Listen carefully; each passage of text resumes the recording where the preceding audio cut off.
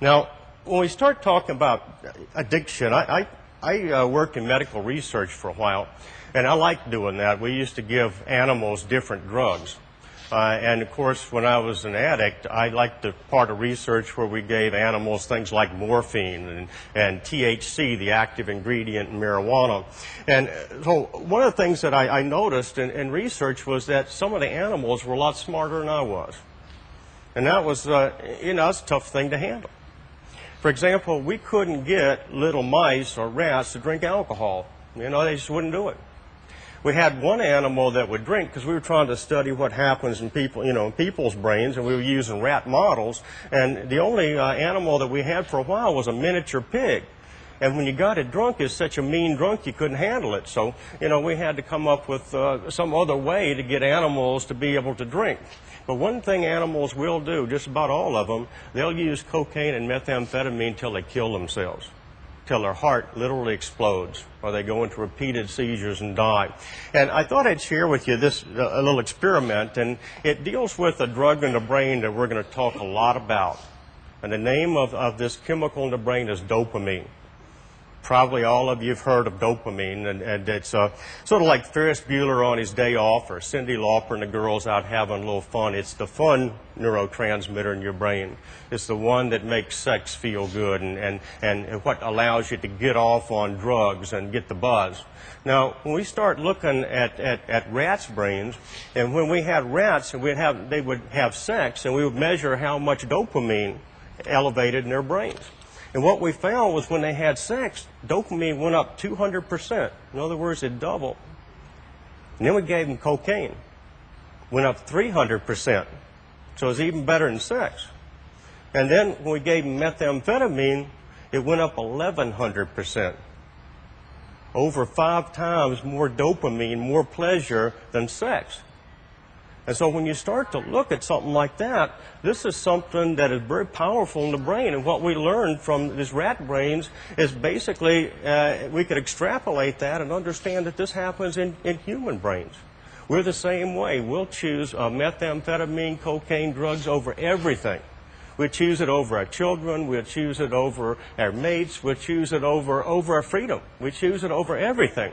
So when we start to look at this type of study, we can also look at this in just a little different way. Now, what we see up here is a couple of rats, okay? That top rat is not an addict.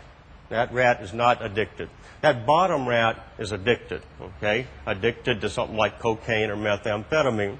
And the way this experiment works is this rat learned that when a green light came on, you remember Pavlov's dog? You ever heard of behaviorism, what it is? The green light comes on, there's going to be something good in that hole. The drug, for example. So what happens is the green light comes on, both of the animals go to the hole, get their reward. Red light comes on, the animal at the top, the non-addict, just kind of walks away. The addicted rat keeps his nose right in the hole, thinking something good's going to happen irregardless. Sounds a lot like the story of an addict, doesn't it? In the third frame, what we do is shock the heck out of these rats. And what we see is that top rat, the non-addict, just scampering out of there. Can't wait to get out of there. That addicted rat sitting there being shocked with his nose still in the hole. So no matter what, thinking something's going to be different, maybe there's going to be something good in there. And then finally the green light comes on again and both animals come right back to that hole. If there's ever a story of addiction, I think this rat slide up here is that story. I mean, as addicts, we always think something good's going to happen, even when we know it's not. We have this belief that we're going to turn out okay. The drug's going to be there. We're going to be able to cop something. And in a way, it's not very reality-based because a lot of situations in life, don't work out that way for us. So what we have to do in recovery is we have to learn, how to make some changes in our behavior. Now, let's ask a simple question. What happens when you put heroin, for example, or cocaine or methamphetamine or alcohol or any of the drugs in the brain? What happens? Why does it feel so good? What's different about, for example, me and my sister who cannot drink more than 2 drinks without the room spinning around? I don't understand people like that. I remember back in the 60s, someone pulled out some cocaine at a party once, and they put out a line for everybody. And then they folded up that bundle of cocaine and went and hid it someplace. So I don't understand that. That don't make sense to me. I'm up all night long looking for where they hid the rest of the dope. You know, that's the way I am. And so in looking at this, we got to understand a little of what happens in our brain. And I'm going to do this in picture form. Now, the first slide is an interesting one. It's two 15-year-old guys. And one of them is an alcoholic at age 15, and the other is a non-drinker. And in this slide, basically what you'll see is on the 15-year-old non-drinker, you see a lot of red.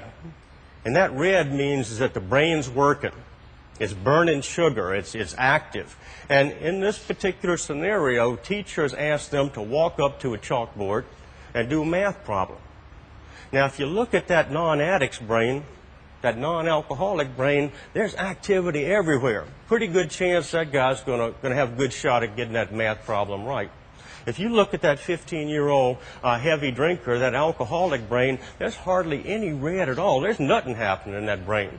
That guy's just going to walk up to the board, and he's going to stand there with the chalk, and he's just going to stand there, and nothing's going to happen in his brain. He's not going to get that math problem right. Because we know that drugs can take a heavy toll, on a person's brain, and it's important to understand that this can happen pretty early in life. Now, the nice thing about it is most of it can come back for you, and so that's the grace of recovery. Now, if we looked at the brain, you've got an area right here, and it's got a fancy name called the frontal cortex. But it's very important to us, and I'll tell you why.